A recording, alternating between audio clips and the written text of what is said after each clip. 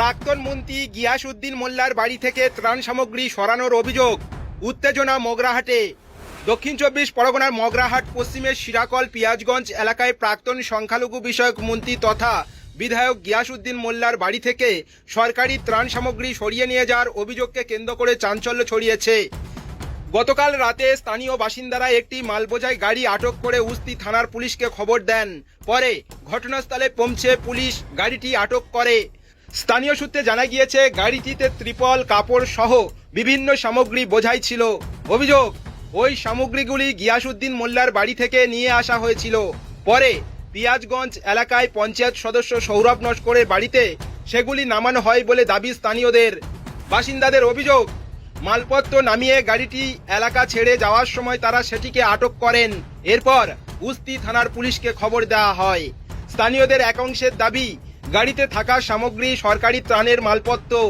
ঘটনাকে কেন্দ্র করে এলাকায় ব্যাপক উত্তেজনা ও চাঞ্চল্যের সৃষ্টি হয়েছে।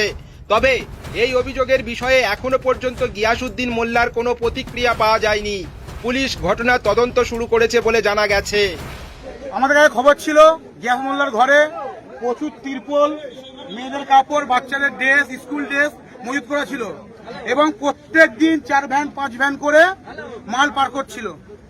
আমাদের মগরাহাট পশ্চিমের 3 নম্বর মণ্ডল সভাপতি পার্থ ঘোষ এবং তার সঙ্গে তার ছেলেপুলেরা এটা চট দেয়, বহুত দিন টাকা থাকে।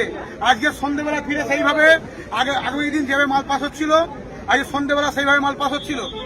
নিজে হাতে ধরে ফেলে এবং এই গিয়াস মোল্লার বাড়ি অবৈধ জমির উপরে বাড়িটা করেছে এবং এই বাড়ির নিচে আন্ডারগ্রাউন্ড আছে এবং ভিতরে প্রচুর গোডাউন আছে।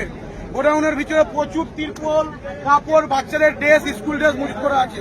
আরো অনেক কিছু আছে, চাল আছে, আরো অনেক কিছু আছে। জায়গাটা কোথায়? হ্যাঁ, জায়গাটা উস্তি জগদীশনগরের মধ্যে। অবৈধ ঘর করে ওর বাড়ি হচ্ছে গিয়াস মোল্লা, অরিজিনাল বাড়ি হচ্ছে রাজারহাট। ও জোর করে জায়গা দল করে বাড়িটা করে অবৈধ নির্মাণ। এটা কার বাড়ি থেকে পাওয়া গেছে জিনিসটা? গিয়াসউদ্দিন মোল্লা, যিনি এক্স সংখ্যালঘু মিনিস্টার ছিলেন, যিনি সিরাকলেও দু গান ধরা পড়েছে। দাবি অবিলম্বে অ্যারেস্ট করতে হবে।